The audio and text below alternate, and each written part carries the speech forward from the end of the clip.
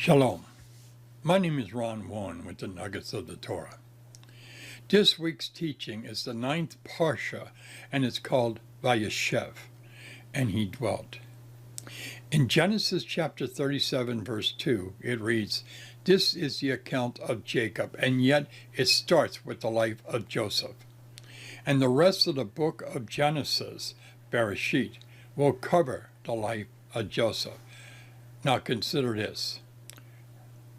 It will be through Joseph that the covenant will be carried to the 4th generation.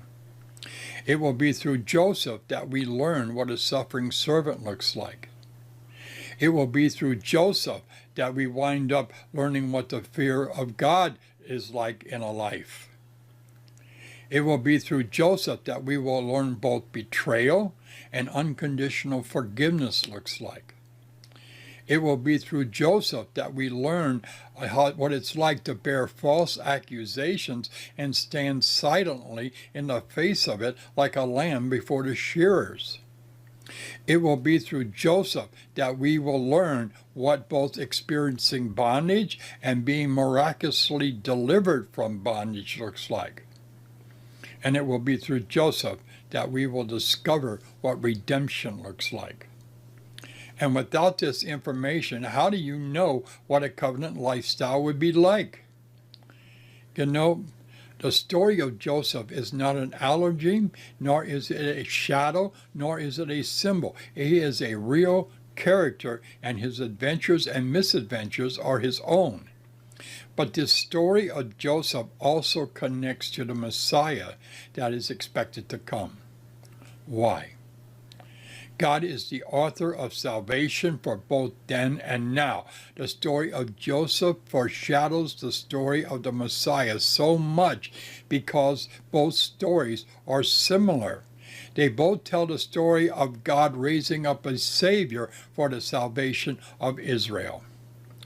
Now, this may shock you, but God is not a God who deals in fairness. The concept of fairness is a figment of a human imagination. It is an unpredictable fantasy that changes shape from person to person, and its concept is entirely subjective. Fairness is always 100% in the eyes of the beholder. And what people think is fair and unfair changes with every fundamental wind of doctrine and every delicate shift in cultural priorities.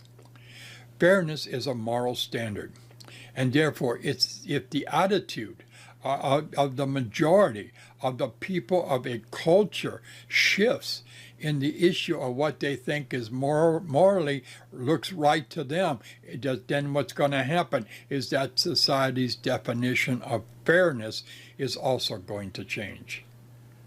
God doesn't deal with this concept. He does not deal in terms of fairness. He deals with the terms of justice. Justice is a covenantal standard. And being that standard, justice will take whatever action it needs on the part of the stronger covenant partner to make that covenant stronger and more secure and to secure its ends. Fairness is something that is the subject of the opinions of men. Justice is an exclusive prerogative of God Himself.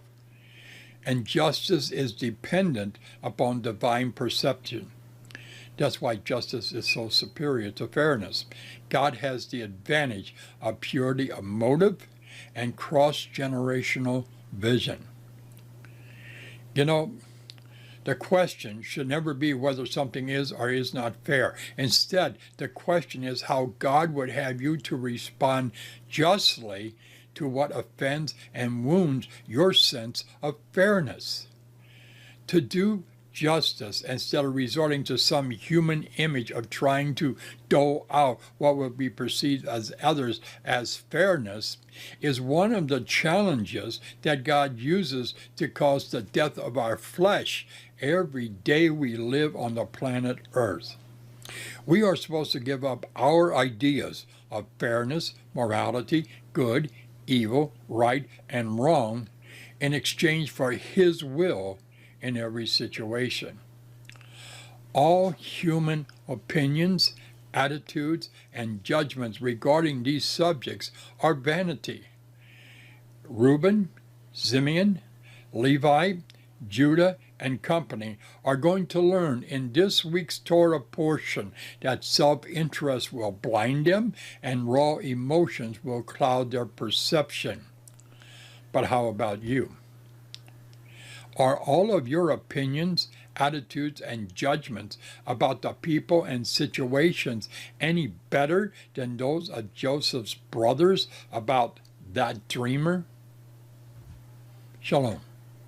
Until next week with the Nuggets of the Torah.